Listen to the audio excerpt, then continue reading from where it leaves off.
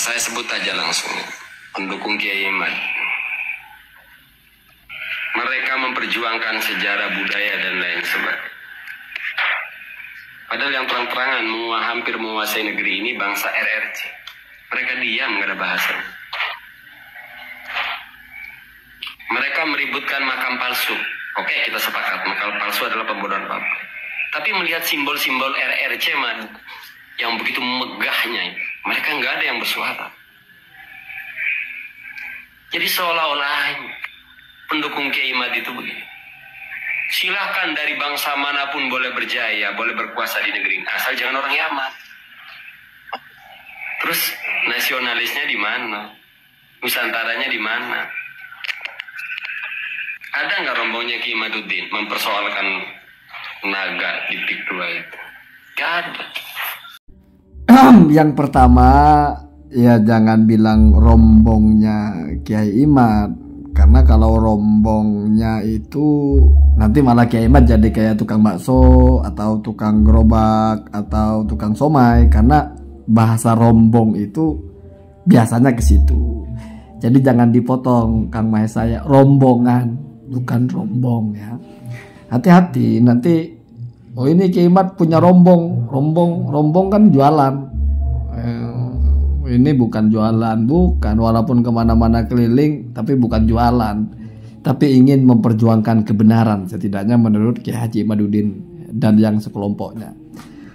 Kemudian yang kedua, memastikan tidak ada itu mungkin melihat secara umum, ya, karena ya memang bagaimana sih cara mendefinisikan mana pendukung Kiai Imad terus satu pun dari mereka tidak ada yang menyuarakan misalnya komplain atau menganggap persoalan kok ada patung yang besar sekali, ya, bahkan mungkin kalau panjangnya yang paling panjang, karena patungnya sendiri itu 153 meter. Ada patung yang besar yang Nusantara sekali atau nasionalisme sekali, yaitu patung Garuda, ya, patung Wisnu Kencana itu kan bentuknya Garuda. Itu kalau tinggi totalnya itu 122, tetapi dipotong bangunan yang bawahnya itu yang menyangga itu sekitar 46. Berarti sekitar 74 apa 76, ya. Ya 76 berarti patungnya, ya. Jadi kalau dimiringkan 76 dengan 155 ya separuh. Artinya kalau naganya ini diberdirikan itu ya tinggi murni patungnya itu ya separuh. Dan ternyata patung naga ini memang wallahu alam apa kaitannya dengan Nusantara, ya, menjadi simbol budaya pribumi apa tidak. Tetapi kalau dilihat itu patungnya itu dibuat langsung di Cina, terus dibawa, wallahu alam gimana bawanya sebesar itu, mungkin dipotong-potong, ya, atau dirangkai gitu.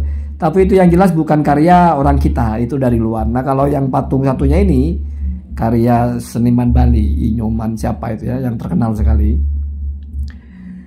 Dan memang agak rumit, ya, kalau berbicara masalah ini, ya, sensitif sekali. Kalau ada orang yang merasa ingin mengangkat martabat dan hak masyarakat pribumi, tapi yang disasar satu kelompok saja, ya wajar ada pertanyaan. Apakah prinsipnya yang penting jangan orang Yaman? Sebetulnya pertanyaan saya, orang Yaman ngapain sih? Apa mereka bikin patung? Apa mereka nguasain ini, nguasain itu? Saya pertanyaan saja. Ya mungkin ada yang merasa orang Yaman ini terlalu berkuasa. Cuman kalau kita read, ya, yang berkuasa itu biasanya menguasai ekonomi. Ada nggak orang Yaman yang 10 besar saja itu yang menguasai perekonomian kita itu? Yang punya apa bahasanya? Yang punya perusahaan-perusahaan yang ya sebetulnya bukan menguasai hanya dalam kategori menguasai, tapi ada manfaatnya juga. Mereka membuka lapangan kerja.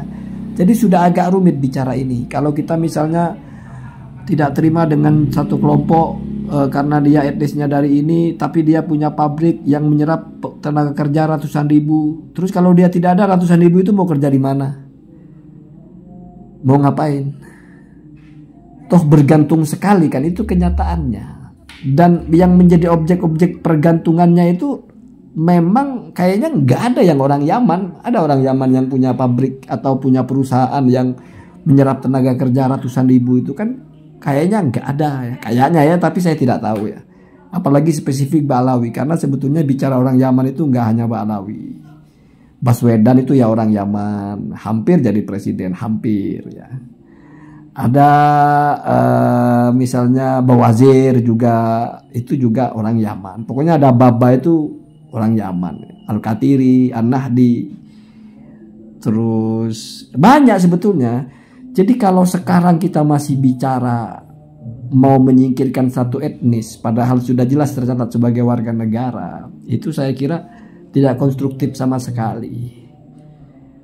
Perkara misalnya ada aware ya, ada kepekaan bahwasannya ada tradisi-tradisi orang yang terlalu menonjol, tapi yang disoroti kamu tradisi jogetnya Ba'alawi, itu kayaknya tradisi-tradisi pakaiannya tapi diikuti. Kalau pakaiannya kayaknya Kiai Mas sendiri memakai pakaian seperti itu, bukan pakaian adat kita kayaknya. Tapi walaupun entah itu pakaian Yaman atau mana ya, saya kira banyak yang saya kira-kira itu sebetulnya ya. Jadi apa yang mau dibicarakan? Saya tidak pernah memandang isu ini seluas itu. Bagi saya ini hanya orang-orang yang merasa menemukan kebenaran dengan standarnya sendiri, walaupun ya agak-agak, sehingga tutup mata dengan yang lain. Pokoknya kebenaran hanya ini gitu. Pokoknya yang lain salah semua gitu. Pokoknya walaupun seluruh dunia menolak, saya tetap begini. Itu saja sih. Saya kira itu ya, kalau sorotan saya ke situ saja. Kalau perkara mau tidak terima dengan satu etnis karena terlalu berkuasa, Ba'alawi berkuasanya apaan sih? Habib Rizik macam-macam sedikit di penjara, Habib Bahar di penjara. Ya kalau perkara jamaahnya banyak, misalnya kalau pengajian jamaahnya banyak, berarti itu ya menguasai perjamaahan. Enggak perlu Ba'alawi sebetulnya. Gus Ikdam ya banyak kalau ceramah yang datang. Atau misalnya kalau Habib Syekh itu kan Ba'alawi, kalau sholawat banyak. Ahmad Dhani kalau konser ya banyak. Ya Blackpink lah kalau misalnya bisa hadir di Indonesia pasti banyak. Ya namanya orang kadang-kadang kan nggak mau tahu ini siapa, apa Ba'alawi apa bukan. Kalau dia suka dia samperin. Ini kan hiburan, konser, sholawat lah apa judulnya, tapi kan tetap nyanyi. Kalau misalnya penceramah yang paling haul paling besar masih dipegang ini apa namanya, haul sekumpul itu yang paling besar itu.